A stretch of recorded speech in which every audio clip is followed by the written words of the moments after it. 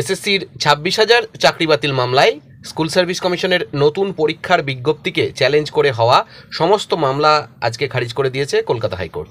এসএসসির নতুন বিজ্ঞপ্তি নিয়ে মামলা হয়েছিল হাইকোর্টে। আজকে সেই মামলার শুনানি ছিল এবং দুপুরবেলায় সেই রায় ঘোষণা করেছিলেন বিচারপতি সৌমেন সেন এবং বিচারপতি স্মিতা দাসের ডিভিশন বেঞ্চ। স্কুল সার্ভিস কমিশনের নতুন নিয়োগ প্রক্রিয়ায় বিজ্ঞপ্তি সংক্রান্ত সমস্ত আবেদন খারিজ হয়ে গেল আজকে উচ্চ আদালতে। বুধবার রায় দিয়ে কলকাতা হাইকোর্ট জানিয়ে দিল যে এসএসসির বিজ্ঞপ্তিতে কোনো হস্তক্ষেপ নয়। এসএসসির নতুন বিজ্ঞপ্তি নিয়ে হাইকোর্টে মামলা হয়েছিল।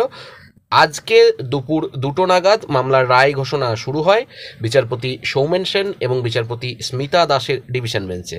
তাতে এসএসসির বিজ্ঞপ্তি এবং বিধিকে চ্যালেঞ্জ করে যে সমস্ত আবেদন ডিভিশন বেঞ্চে করা হয়েছিল তার সবকটি কিন্তু তারা খারিজ করে দিয়েছেন। এ বিষয়ে আমরা বিস্তারিত জানব এবং আপনাদেরকে দেখাবো যে আইনজীবী কল্যাণ গাঙ্গুলি তিনি কি বলেছেন এবং চাকরিহারা শিক্ষকদের তরফ থেকেই বা কী বক্তব্য উঠে আসছে। তো যেটা হচ্ছে যে স্কুল সার্ভিস কমিশনের নতুন নিয়োগ প্রক্রিয়ায় বিজ্ঞপ্তি সংক্রান্ত সমস্ত আবেদন, যেটা আজকে বিচারপতি সৌমেন সেন এবং বিচারপতি স্মিতা দাসের ডিভিশন বেঞ্চ তাদের যা পর্যবেক্ষণ যে বর্তমানে শিক্ষা ব্যবস্থায় অচলাবস্থার জন্য স্কুল সার্ভিস কমিশন এবং মধ্যশিক্ষা পর্ষদই দায়ী, কিন্তু দ্রুত শূন্যপদ পূরণ করা এখন লক্ষ্য, না হলে আগামী দিনে আরও জটিলতা তৈরি হতে পারে। আদালতের আরও পর্যবেক্ষণ যে মামলা খারিজের মোট 9টি কারণ উঠে এসেছে। কী কী সেই কারণ? সেই কারণগুলো হচ্ছে, আদালত জানিয়েছে যে মামলাকারীরা সকলে ওয়েটিং লিস্ট যারা রয়েছেন তারা কেউ নিয়োগপত্র পাননি, ফলে 2025 সালের এই নিয়োগ প্রক্রিয়াকে চ্যালেঞ্জ তারা আদৌ করতে পারেন কিনা তা নিয়ে প্রশ্ন রয়েছে। 2 নম্বর পয়েন্ট হচ্ছে, সুপ্রিম কোর্টের রায়ে নতুন নিয়োগ প্রক্রিয়ায় প্রতিবন্ধী এবং অযোগ্য বা দাগী হিসাবে চিহ্নিত নন অর্থাৎ আনটেইন্টেড এমন ব্যক্তিদের বয়সে ছাড় দেওয়ার কথা বলা হয়েছিল। তাছাড়া অন্য কাউকে এই সুবিধা দেওয়া হয়নি। মামলাকারীদের এই 2 তালিকায় ফেলা যায় না। 3 নম্বর পয়েন্ট হচ্ছে, 2024 সালের 22 এপ্রিল হাইকোর্টের রায় কিংবা 2025 সালের 3রা এপ্রিল সুপ্রিম কোর্টের রায়ে কোথাও বলা নেই যে ভবিষ্যতে শূন্যপদের সংখ্যা বৃদ্ধি করা যাবে না। আবার নিয়োগের জন্য রাজ্য বা কমিশন নতুন নিয়ম বা বিধি বানাতে পারবে না, এমন কথাও বলা হয়নি। এর পরের পয়েন্ট হচ্ছে, নিয়োগ প্রক্রিয়ায় ন্যূনতম 50% নম্বর এখন নির্দিষ্ট করা হয়েছে, আগে যা ছিল 45%। এটি সরকারের নীতিগত সিদ্ধান্ত, এতে আদালত হস্তক্ষেপ করবে না। এই ধরনের নীতিগত সিদ্ধান্তে আদালত তখনই হস্তক্ষেপ করতে পারে যদি তাতে স্বেচ্ছাচারিতা, পক্ষপাত বা অসাংবিধানিকতার অভিযোগ ওঠে। আরও পয়েন্ট হচ্ছে যে যখন কোনো বিশেষজ্ঞ সংস্থা শিক্ষক নিয়োগের যোগ্যতা নির্ধারণ করে তখন আদালত তার উপর নিজস্ব সিদ্ধান্ত চাপিয়ে দিতে পারে না। ভালো ও দক্ষ শিক্ষক নিয়োগের মাধ্যমে শিক্ষার মান উন্নয়নই সবচেয়ে গুরুত্বপূর্ণ। বেশি সংখ্যক প্রার্থীর অংশগ্রহণ ও দক্ষতার ভিত্তিতে তাদের নির্বাচন হওয়া কাম্য। সময়ের সঙ্গে শূন্যপদ বৃদ্ধি পাবে, এটাই স্বাভাবিক। এর পরের পয়েন্ট হচ্ছে, অভিজ্ঞতার ভিত্তিতে 10 নম্বর করে দেওয়া হয় যাতে অভিজ্ঞ শিক্ষকেরা সুযোগ পান, এটা অন্যায্য নয়। সরকার চাইলে শিক্ষকের অভিজ্ঞতাকে গুরুত্ব দিতে পারে। 2025 সালের নিয়োগের উদ্দেশ্য যোগ্যতম প্রার্থী নির্বাচন করা। সংবিধানের 21 এ ধারা অনুযায়ী শিশুরা উন্নত মানসম্পন্ন শিক্ষা পাওয়ার অধিকারী, তা শুধুমাত্র দক্ষ ও অভিজ্ঞ শিক্ষকই দিতে পারেন। ফলে নিয়োগ নীতি পরিবর্তন অযৌক্তিক নয়। এর পরের পয়েন্ট হচ্ছে, আবেদনকারীরা কেউ 2016 সালের নিয়োগ প্রক্রিয়ায় নির্বাচিত হননি, কোনো স্কুলে শিক্ষকতা করেন না, ফলে তারা বয়সে ছাড় বা অন্য কোনো সুবিধার দাবিদার হতে পারেন না।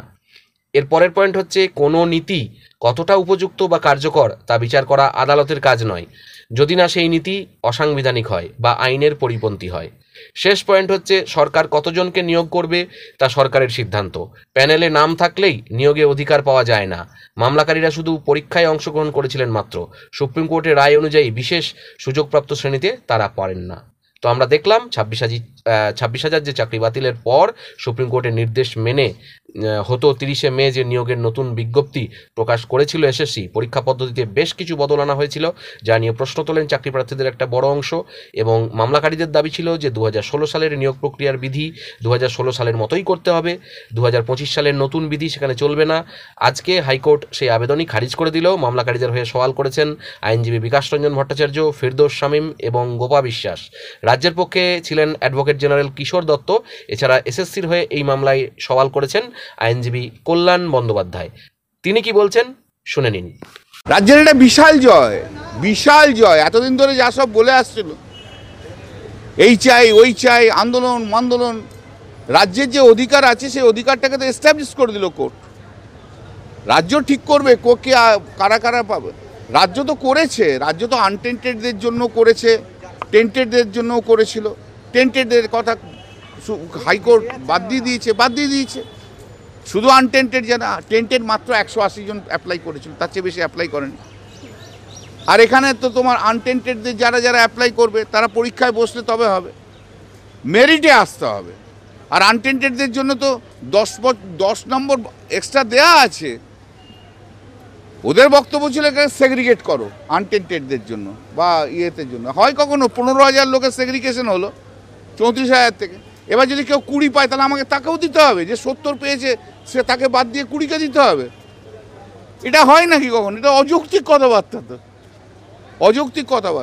অতএব যেটা হলো দেখা যাক, এরপর ওরা নিশ্চয়ই সুপ্রিম কোর্ট করবে, তারপর দেখবো আমরা কি হয় করানো যায়। আইনজীবী কল্যাণ গঙ্গোপাধ্যায়ের এই বক্তব্যের প্রেক্ষিতে চাকরিহারা শিক্ষকরা কি বলছেন শুনুন। পরীক্ষা নেওয়াটা যদি রাজ্যের বিরাট জয় হয় তাহলে এর থেকে লজ্জার কিছু থাকতে পারে না। কারণ রাজ্যের বিরাট জয় তখনই হবে যেদিন এই রাজ্য সরকারের আন্ডারে যারা যোগ্য মেধার ভিত্তিতে চাকরি পেয়েছে তাদের চাকরি পুনর্বহাল থাকবে, এবং যারা বেকার এত বছর ধরে নিয়োগ হয়নি, প্রায় 1.5 থেকে 2 লক্ষ শূন্য পদে, শুধু স্কুল শিক্ষকতা এবং শিক্ষাকর্মীর চাকরির কথা বলছি, সেই 1.5 লক্ষ শূন্য পদে সকলের চাকরি জন্য পরীক্ষা হবে। সেদিন আমরা বলতে পারবো রাজ্য সরকারের জয় হয়েছে।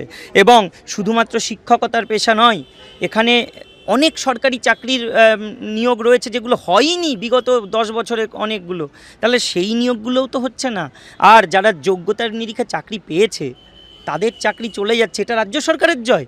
এত বড় মানে অপমানজনক, নিজেরই সরকারের অপমানজনক কথা কি নয় এটা, যে জয় হচ্ছে আমরা আজকে যোগ্যদের চাকরি চলে গেল, নতুন পরীক্ষা নিতে হচ্ছে, এটা জয়?